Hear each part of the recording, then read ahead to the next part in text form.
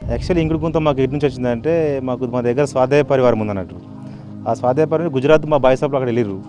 అక్కడ first practical చూసి వచ్చారు ఇంకుడు గుంత ఎట్లుండదు, దానివల్ల ఏం ఉపయోగం ఉన్నాయని చెప్పేసి.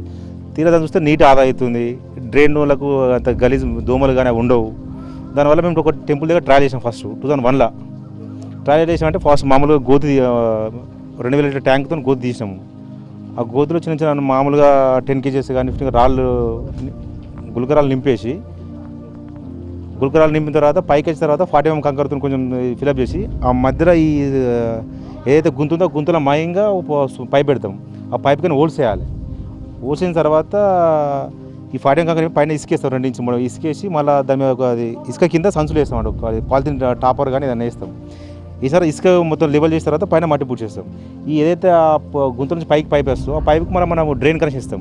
ఆ డ్రైన్ కనెక్షన్లకు బాత్రూమ్ కానీ ఇక మిగతా వగైరా మనం మొత్తం సంబంధించిన దాంట్లోకి వేస్తే దీనివల్ల ఏమైపోయిందంటే డ్రైన్లో బయట గలీజా కూడా ఒకటి ఉంటుంది, వాటర్ కింద సింక్ అవడానికి ఆస్కారం ఉంటుంది అన్నట్టు. దాదాపు 50 కుటుంబాలు కానీ 70 కుటుంబాలు ఉన్నాయి.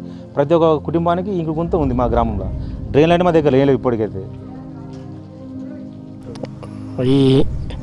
మాకు ఈ ఇంకుడు గుంతల ప్రయోగం స్వాధ్యాయ కార్యక్రమంతో తెలిసింది కాబట్టి ఈ ఇంకుడు గుంతతోటి ఏం ఉపయోగం అంటే వాటర్ రీసెర్చ్ అవుతుంది, ఎటువంటి మురికి ఉండదు, దోమలు ఉండవు, ఈ భూమికి భూగర్భ జలాలు పెరుగుతాయి.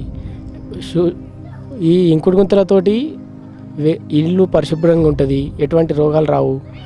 ఈ దీంతో ఉపయోగం ఏమంటే వాటర్ రీసెర్చ్ అవుతుంది అన్నట్టు, అట్లా అన్నట్టు. ఇది ప్రయోగం మాకు దాదాజీ మాధ్యంగా వచ్చింది అన్నట్టు. మాకు ఏదైతే స్వాధ్యాయ కార్యక్రమం వచ్చిందో దానితోటి ఈ ఇంకుడు గుంత ప్రయోగం వచ్చింది.